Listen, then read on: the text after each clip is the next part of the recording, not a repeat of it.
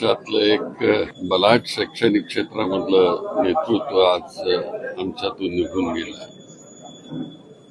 DY. Patil हे खरं ज्ञानेश्वर पाटील, पण त्यांना संपूर्ण देशामध्ये डी.वाय. पाटील म्हणूनच ओळखत होते. मी 1-1.5 महिन्यापूर्वी इथं आलो होतो,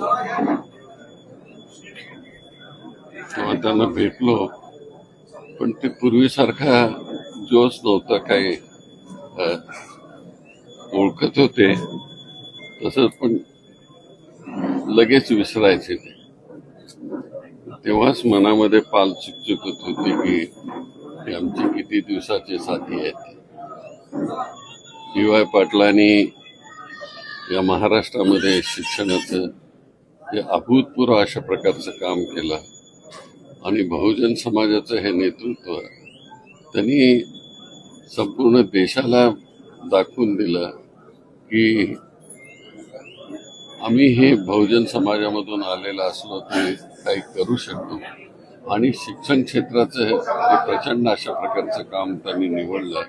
आज एवढी मोठी विद्यापीठे त्यांनी निर्माण केली, कॉलेजेस निर्माण केली आणि मला वाटतं 50,000च्या वर त्यांचा स्टाफ आहे आज. पण विद्यार्थी तर लाखोनी विद्यार्थी इथून बाहेर पडले.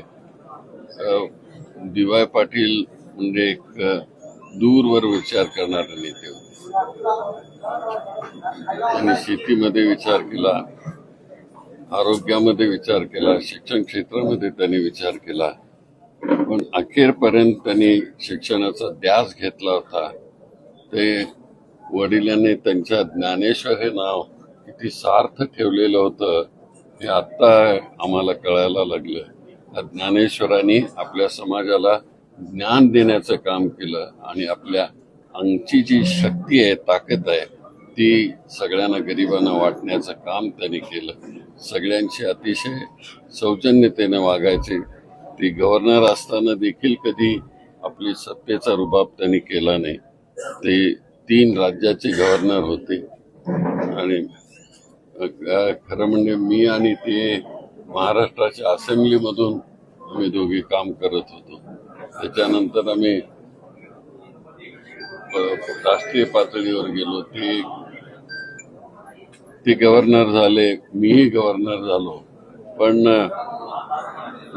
अंतर कधी आमच्यातलं तुटलं नाही. ते विचाराने एवढे प्रेरित झालेले होते की त्यांनी काँग्रेसची ही संस्था त्यांनी कधी सोडली नाही. काँग्रेस म्हणजे डी.वाय. पाटील.